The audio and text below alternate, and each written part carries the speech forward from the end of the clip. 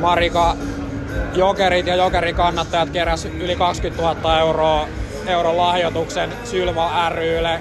Kerro vähän, miltä tuntuu vastaanottaa tämmöinen lahjoitus? No nyt täytyy sanoa, että mä menin kyllä ihan sanattomaksi, kun mä näin sen shekin ja sen summan, niin mä ajattelin, että apua, jos multa nyt jotakin kysytään, niin mä en osaa sanoa mitään. Siis sehän on ihan mielettömän mahtava summa. Koskaan, sanotaanko niin kuin tämmöisessä yksittäisen pelin ympärillä, ja nyt ajatellaan, että viikko sitten oli se kumppanuusottelu ja nyt on täällä ottamassa shekkiä vastaan, että millä tavalla toi summa on saatu kerättyä, niin on ihan mielettömän huikeeta. Ei voida sanoa, että me ollaan ihan mielettömän kiitollisia.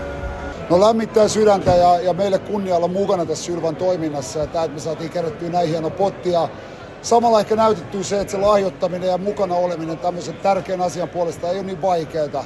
Se vaadi efforttia ja viikko sitten Adelina visiitti täällä meidän kotipelissä ja aloituskiekko ja kopissa käyminen niin herätti tosi paljon tunteita ja se todella osui ihmisiä. Mäkin sain paljon viestejä siitä, kuinka hieno asia oli kyseessä. Niin kuin se sanomattikin selvää, että se on upeata ja on asioita, mitkä on paljon tärkeämpiä kuin jääkiekko ja tämä on yksi niistä. Mihin ihan käytännössä tämmöinen summa, miten tämä auttaa konkreettisesti teidän työtä? No tuolla summalla me saadaan ihan hirveästi aikaiseksi, että jos me ajatellaan, että kun lapsi sairastuu syöpään, niin silloin se tarkoittaa, että koko perheen elämä muuttuu ja koko perhe tarvitsee tukea, että selviytyvät niin kuin syövän aiheuttamista elämänmuutoksista.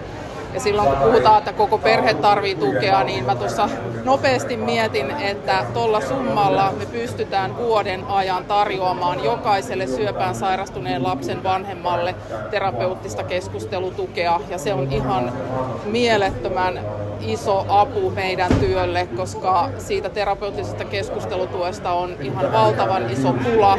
Ja nyt me pystytään tarjoamaan tuolla summalla vuoden ajan sitä. Kiitos.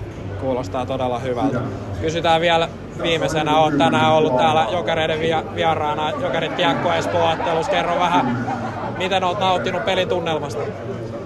No onhan tämä ihan huikeeta. Siis mä tuossa tuolla aitiossa sanoin, että en ole kyllä hetkeen kokenut tällaista tunnelmaa. Ja nyt täytyy sanoa, että kun mä näen tämän yhteisön, Jokeri-yhteisön tässä, millä tavalla niin kuin täällä pelataan, miten täällä kannustetaan ja haastetaan mukaan, niin toisaalta mä en ole enää yhtään ihmeessäni siitä kerätystä summasta. On ollut ilo olla mukana tätä iltaa ja yhteisöä.